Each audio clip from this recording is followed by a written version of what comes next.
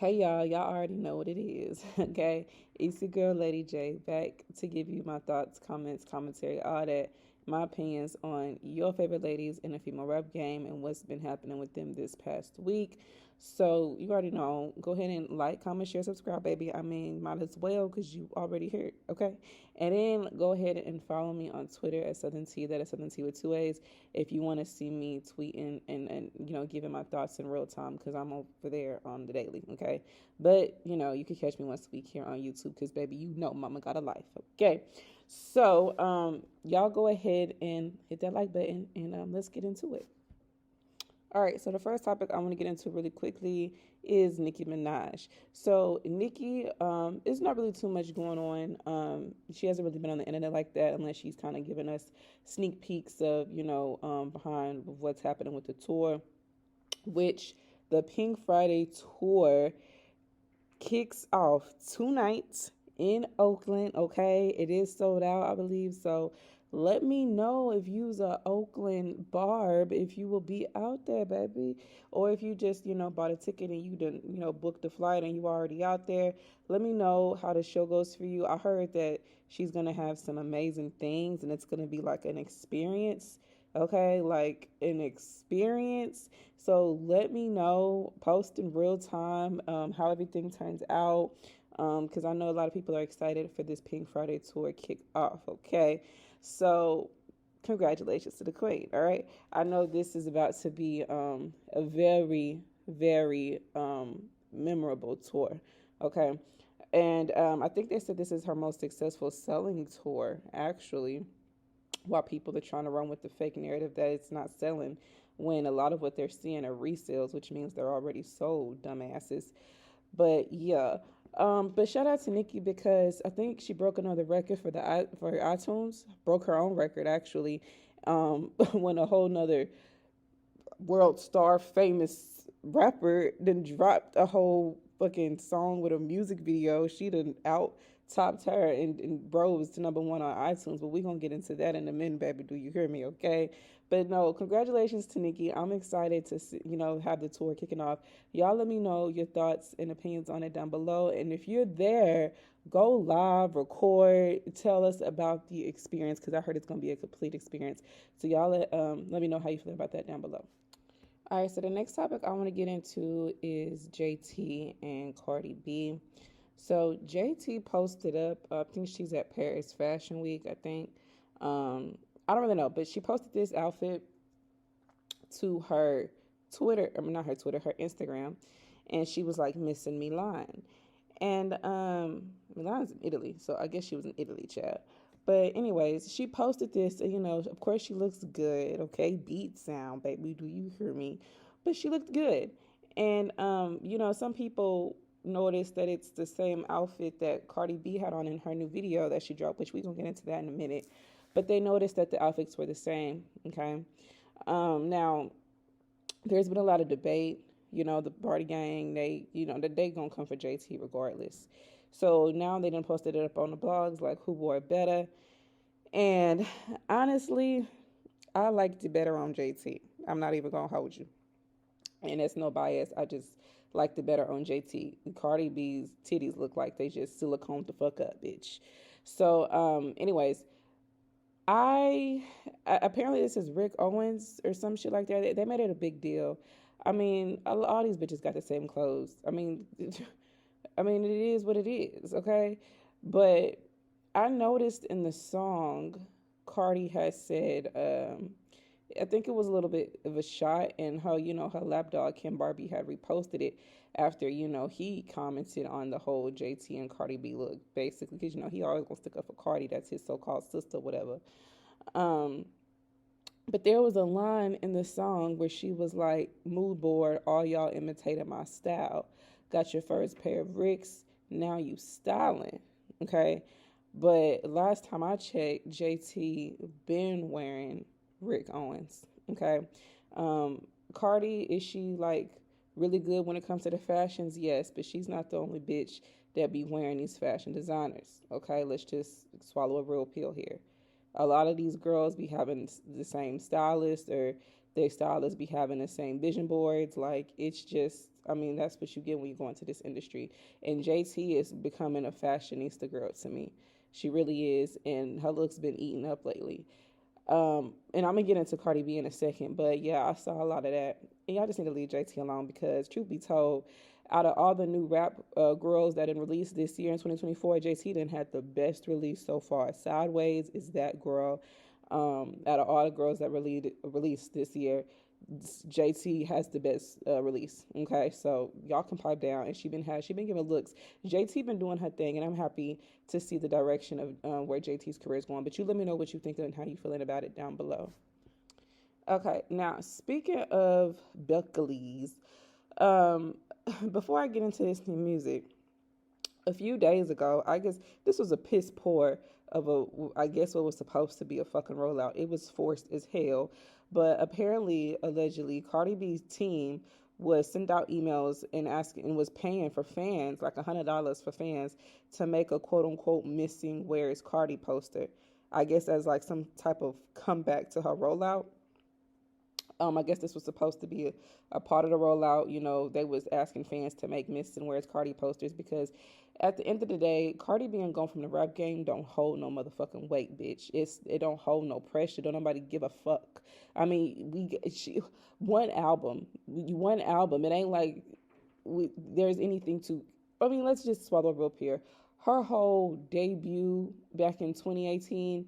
2017, 2018, that was all orchestrated. And I just swallow a real pill. It was orchestrated because if it wasn't, why are you just now claiming in the third year in a row to be dropping your sophomore album this year? It's damn near 6 years into your career when these new bitches is already on their second and third and fourth projects. Like, make it make sense, baby. And you can keep all that anxiety and being scared bullshit because at the end of the day, if you a fucking rapper and you love this shit, then put the music out. But you can only put it out when you have these big budgets and visuals because you know the music is subpar. But like I said, we're gonna get into that in a second. But anyways, allegedly her team was making or paying people and the fans to make Missing Wear Cardi posters as her comeback rollout. And, you know, she was liking the tweets and shit. And then 3 days later, here she come pop up saying, you found me, as if anybody gave a fuck, bitch. Okay? And then she, of course, when she said, you found me, she had a snippet to this new song called Like What. Now, interestingly, Like What was what I'm thinking she previewed back in November, December. I think it was like November or something. Or maybe around October. I think it was around like her birthday or some shit.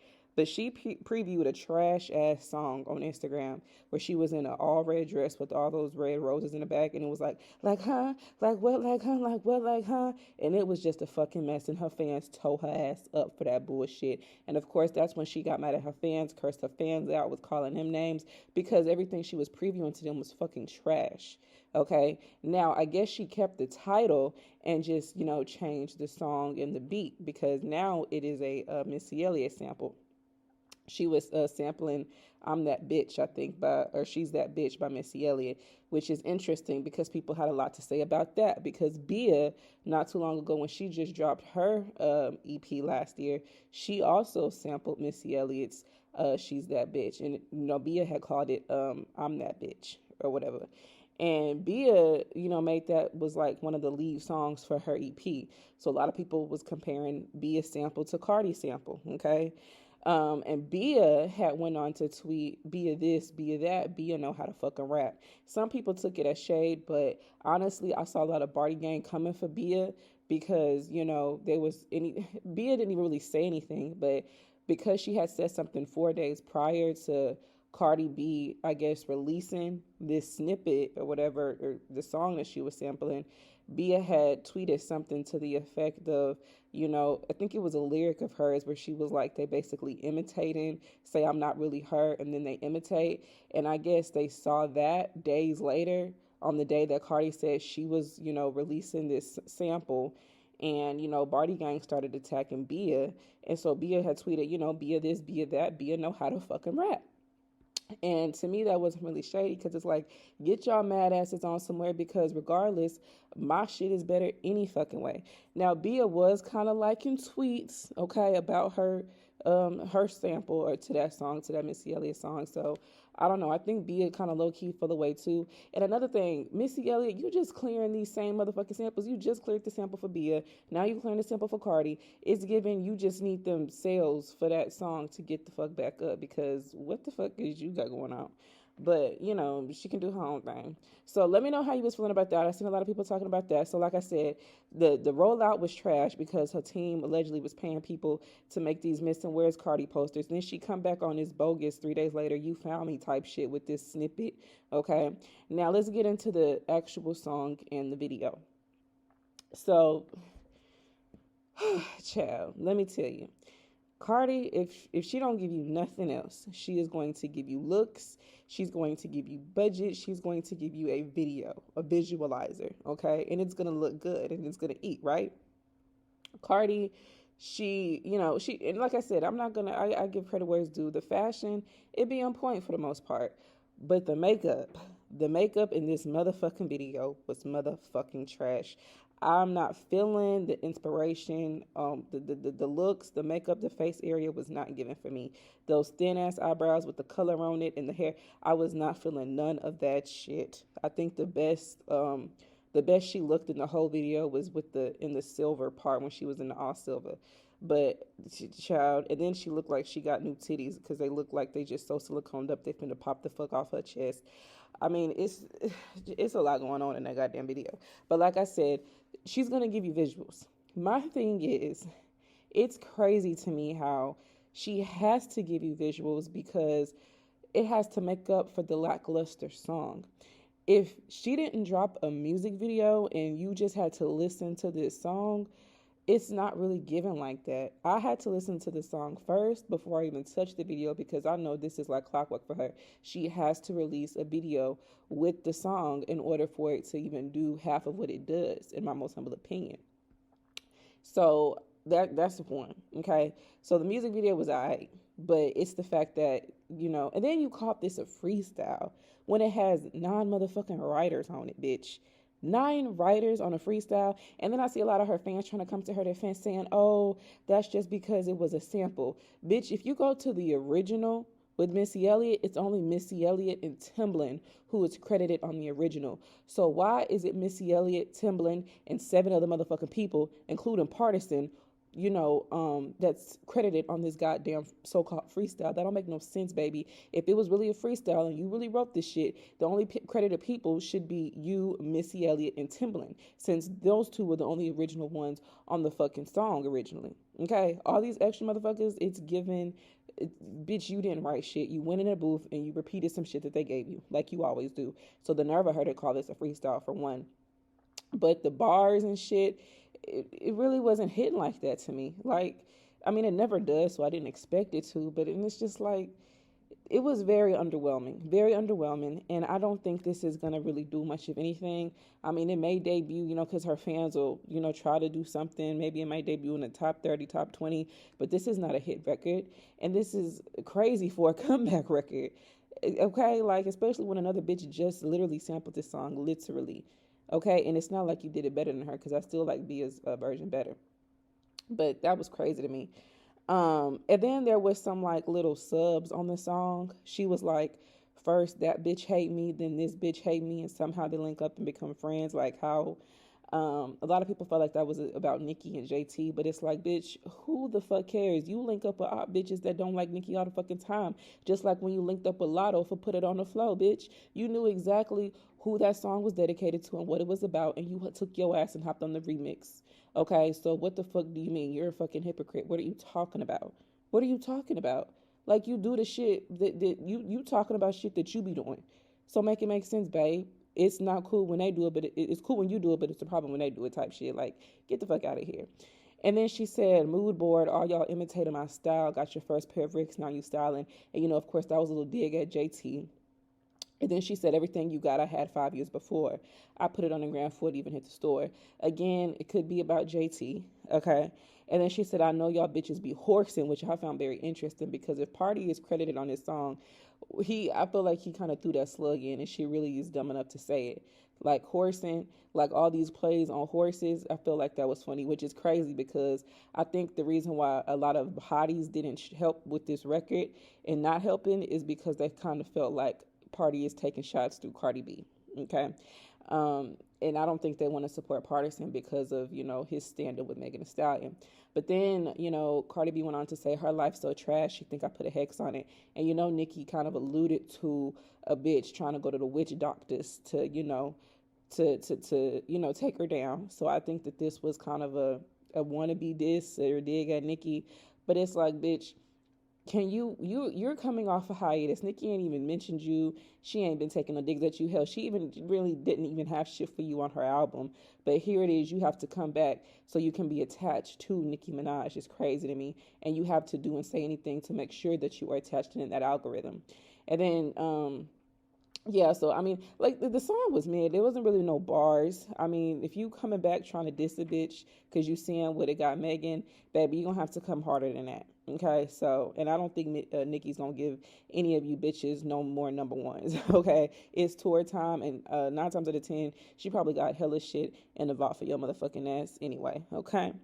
Now, speaking of this song, Barb's with they petty asses have taken Pink Friday Girls to number 1 on the US iTunes over Cardi's new drop, okay? Over this new so-called freestyle she done dropped. So she did at first debut at number 14, which with the music video and you being on hiatus and a rollout and, all this so-called hype about the Where Is Cardi shit, for all of that to be put in a pot and then you debut at number 14 on iTunes is crazy to me. Because had Nicki dropped a song with a video and a rollout, best believe the Barbs would have taken that to number 1 instantly. No doubt about it. So I thought that was interesting. And like I said, I think the hotties, their lack of support comes from Party being credited and that little horse reference that she had made in the song that people think Party put in there. Okay, so, and then I seen a little spit spat on Twitter between the Barbs and Barty gang because the Barty gang is upset that, the hotties, or not the Barbs and Barty gang, the hotties and Barty gang. Ooh, excuse me. Because, Barty gang is upset that the hotties ain't helping them carry this song just like the Barty gang helped the hotties carry hits to number 1. They feel like it's a slap in the face, but their whole thing is if Partisan is a part of this, then we don't want no parts, bitch. Well, at the end of the day, Cardi is not finna get no new ghostwriter. Partisan is the best thing that she stuck with him at the beginning of her career. It's best to stick with him now, okay? So I don't think she's getting rid of Partisan. So, I mean, I guess the Barty gang is just on their own. Even the Beehive and the Arianatas and the all 5 jackpots ain't even helping with this goddamn song, okay? Because Pink Friday Girls went number 1, and I think currently Cardi's song is at number 2 or 3. Either fucking way, it is below Pink Friday Girls because Nicki said I'm number 1. Y'all go argue over top 4, baby. Do you hear me? So after this, how the Barbs and took, Pink Friday to number 1, or Pink Friday Girls, to number 1. Cardi then goes live and reassures her fans that CB2 is dropping this year. She say this every fucking year, but she claims that she got over 100 songs, and a lot of them is old, of course. Okay, hopefully you go back and re-record because nobody want to hear that shit because we can tell this old, bitch. This sound old. So Cardi goes live and reassures fans that, her sophomore album is dropping this year and that the fans, haters, nor anxiety will get to her. So check it out. Look how long I had this fucking record for.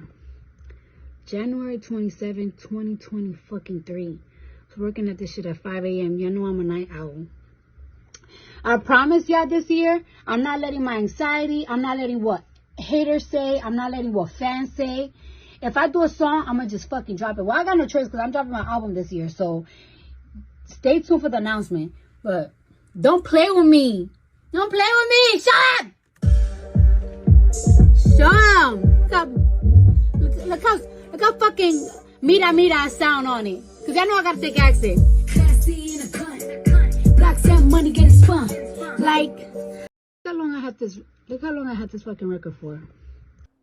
So let me know what you're thinking and how you're feeling about that. Like I said, this is something she claims is going to be happening every year. But truth be told, and call it what you want, I'm going to swallow a real pill and just say it like this. It's given I waited for Nicki to drop to see what the fuck she was on and what was working for her to see what can possibly work for me. Because I think at the end of the day, the whole reason why she stalled it out for this long is because her or her team, or should I say her and her team, were waiting for Nicki to drop. Because why in the fuck does it take you 6 years to drop a sophomore album? That don't make no sense. And then 2, 3 months later, after Nicki drops Here It Comes, you won't finally drop, and the anxiety is past you, and the fans and the negativity and the critics is past you. Bitch, please. Okay, you just wanted to see what the fuck her music was gonna sound like and what her numbers was gonna look like, so you can have a ballpark range of what needed to be done for your album. That's what it's given to me. But y'all, let me know what you're thinking and how you feeling about it down below. All right, so the next topic I want to get into is Megan Thee Stallion. Okay, so Megan is continuing to freefall on Billboard as she is down another 20 motherfucking spots, baby. Do you hear me? She has now landed at number 68 this week on Billboard Top 100. I think last week she had dropped 20 spots out, because the first week she debuted at number 1. The second week she dropped out of the top 10 completely. I think she went to like 13, 14. Then she dropped like over 30 spots and went to number 40, 48, some shit like that. And now she's dropped again in the fourth week, another 20 spots down to number 68. Okay. So she's just free falling week by week by week. Okay. I'm pretty sure within the next week or two, Hiss will be off the motherfucking Billboard Hot 100 after its 1 month run. Okay. So, I just found that to be interesting because y'all claim this was such an organic hit. Obviously, it's not hitting, because hit records don't just free fall off the charts, down the charts, let alone out the top 10 after 1 week. Okay, this just goes to show that y'all were streaming and buying that song out of motherfucking spite, and because of its attachment and affiliation to Nicki Minaj, it had nothing to do with y'all actually fucking with the song, because y'all have never taken Megan to a number 1 record, let alone a top 10 record for her solo career. Solo. Okay, let's get that straight, because why couldn't we do this for Cobra? I do not know. Okay, of course I do.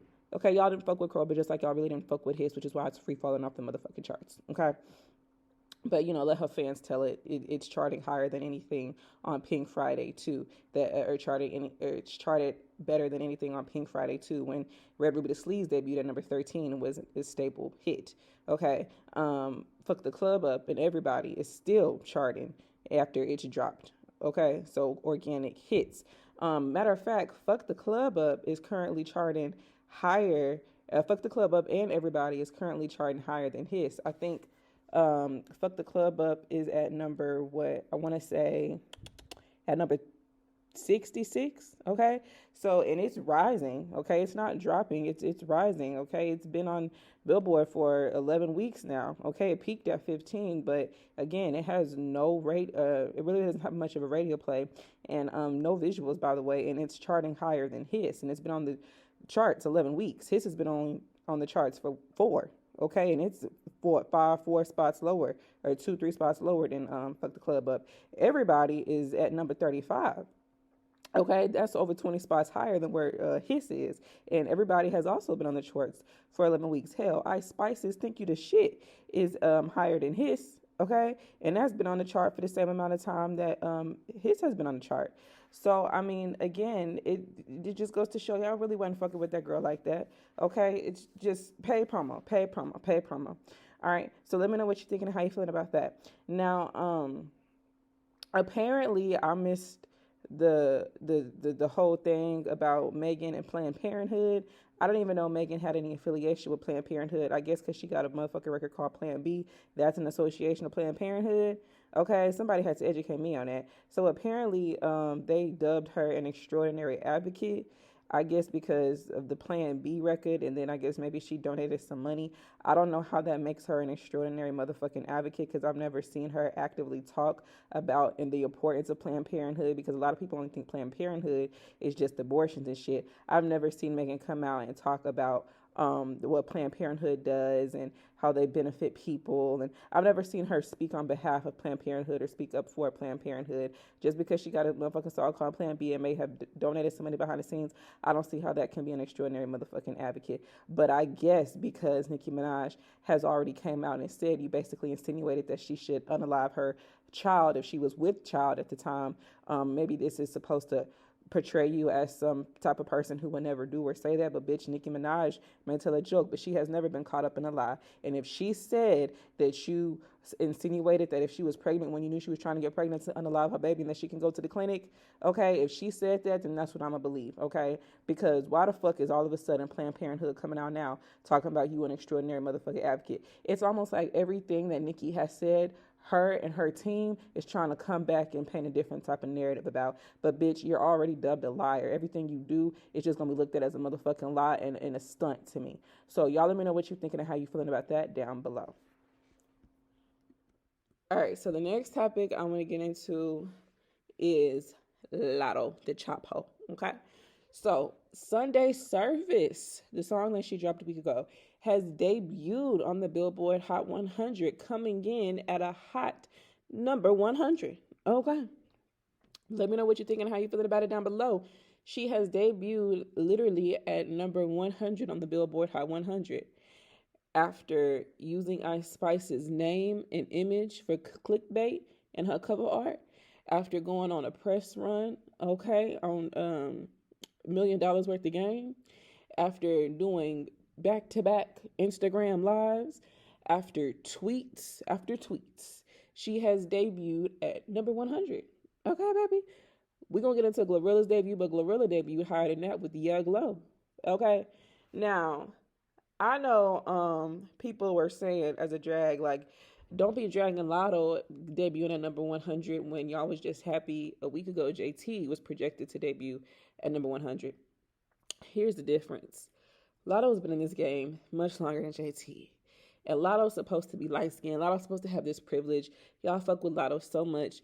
She had this press run. She done went live. She didn't use the beef with a bitch to when she as a rollout for this song, and she couldn't get no higher than that is the problem. Okay?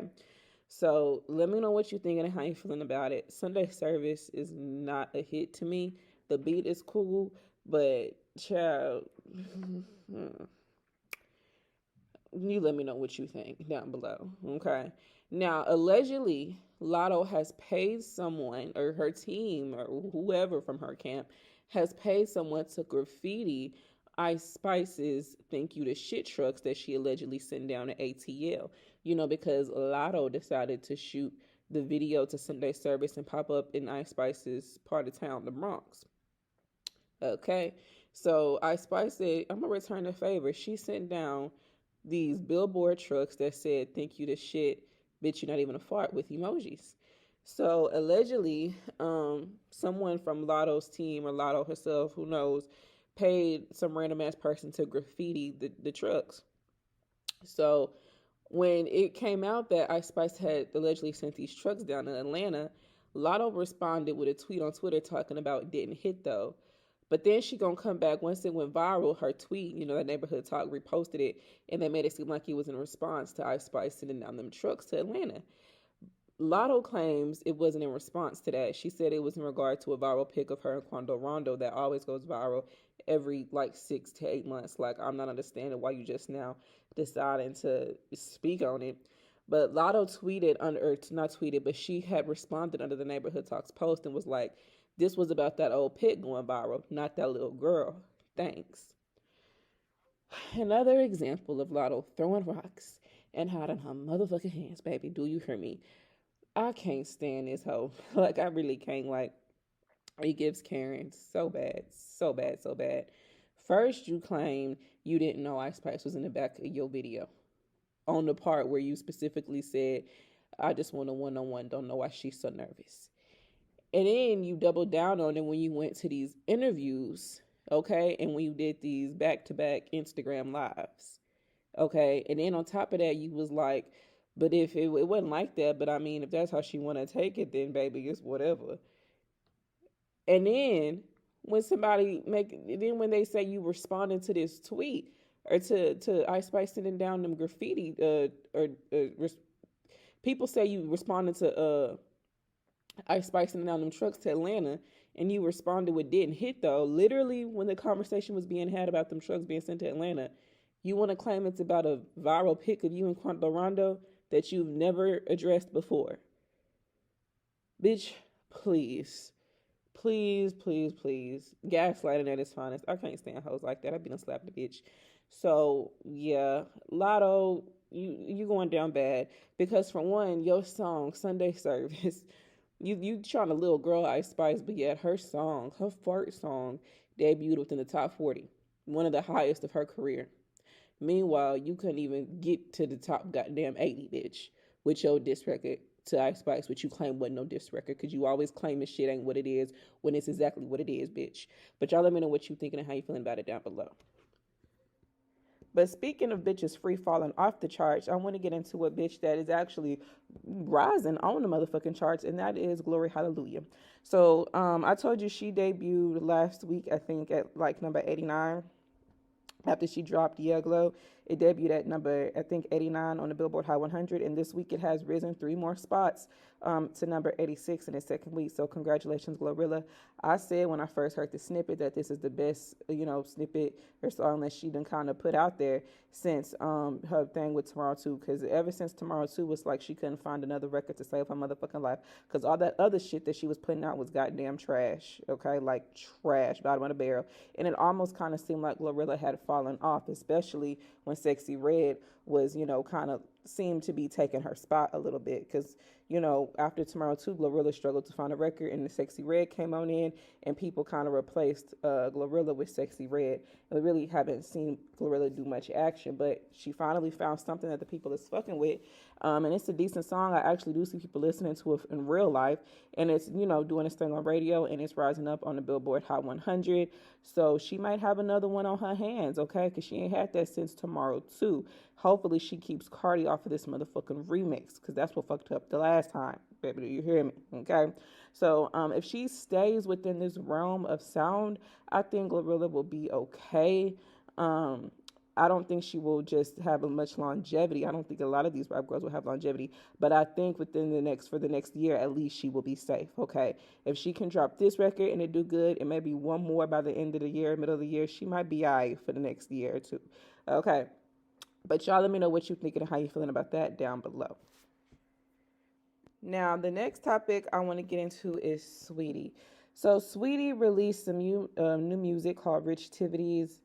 And it's alright. I mean, it's better than a lot of what she'd been putting out. But I mean, it's still mid to me. I could tell you a lot, but I gotta just swallow a real pill here. It was mid to me. I'm not going back and listening to that shit. I mean, maybe I can go back and give it another listen, but it's just a no for me. Yeah. So, but like I said, it sounds better than a lot of what she put out. A lot of what was on that last EP that she had dropped. But she had kind of clapped back at the people who was calling the music mid. Okay. Said she won't fit right on in. Somebody said Saweetie music is really mid. She just looked good. And Saweetie responded and said, y'all support a lot of mid music. Maybe y'all fit in. Okay. And so she was just not here for a lot of negativity that came with her dropping this song. And it came with a music video. The music video was cute. But the song, it was mid. Okay. I can, tell you a lie to look like I'm supporting you or to look like, I'm coddling you. But I have to say my honest opinion. It was mid, okay? And she opened up with the Lore magazine about her insecurities as an artist and almost giving up on music, okay? She said there's been a lot of times these past couple of years where I've given up on myself. Whether people knew that or not, I just felt myself giving up and I don't want to do that anymore. And then she said, to me, music is sacred. It's coming from your spirit. You can't just go finish an album in a week. That's why it's taking me so long.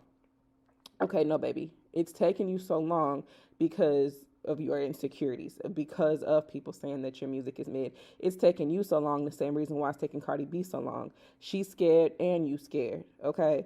Because like you already said, you already have insecurities as an artist, okay? You say you're secure as a woman, but insecure as an artist when it comes to your music.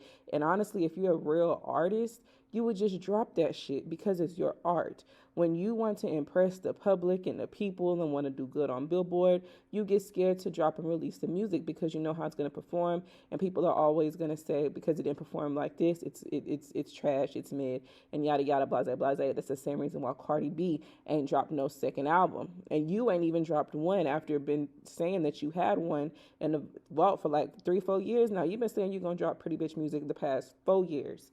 That's ridiculous. You're 30 years old now. You still don't have a debut album, and you've been in the game 6, 7 years, sweetie.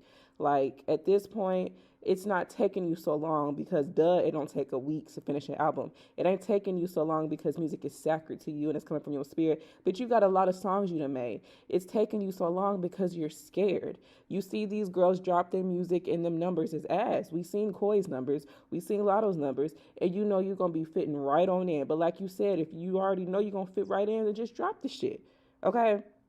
She said, y'all support a lot of mid music. Maybe y'all fit in. Well, if you already know that, then just drop the shit at this point if you're a real artist.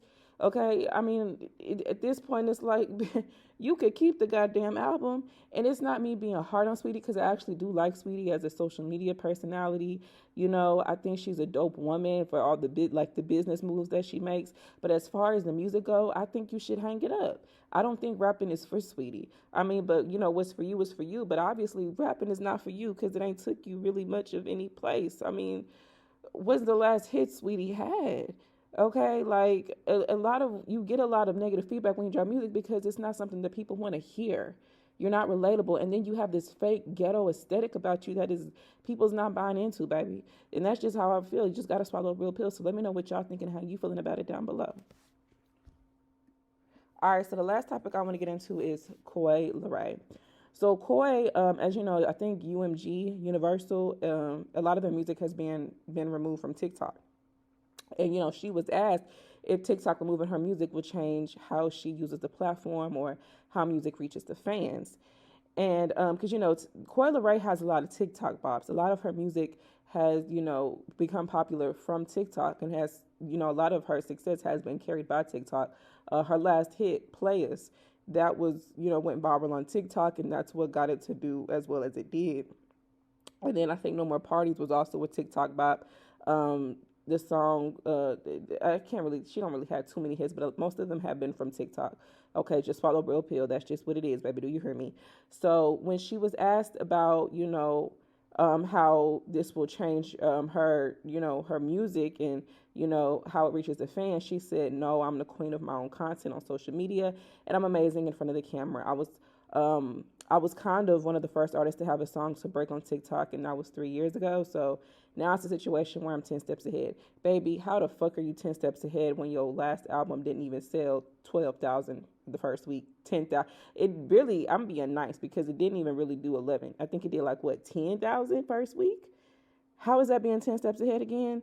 Because your second album did worse than your first. And your first, I actually fucked with. Everybody who knows that I fucked with Coi Leray's first album. I thought that was a solid project, and I'm a little surprised that it didn't do better than what it did, but at the same time I am, because she really didn't promote the songs like that, even though I think she had some hits on that first album.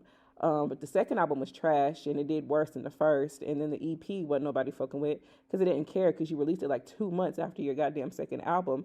So, I mean, I think she's keeping it cute, but I think at the end of the day, she's scared and she knows that this is going to change a lot of how music reaches fans for her. Because keep it real, Coi Leray really don't have a fan base. A lot of these girls really don't have a fan base. They come up with these cute little fan base names like the Jackpots, and Coi Leray got the Koi Pond, but ain't nobody in that goddamn pond but one person, two people. She doesn't have a solidified fan base. She has people that, you know, somehow hear her music and they say, oh, I like that song, but they're not going down on Apple Music or Spotify listening to a Coi Leray playlist, or, you know, just the Coi Leray songs, because she doesn't have a solidified fan base like that. She has people that like one or two of her songs when they hear it, and that's that. And a lot of times how people heard her music was through TikTok.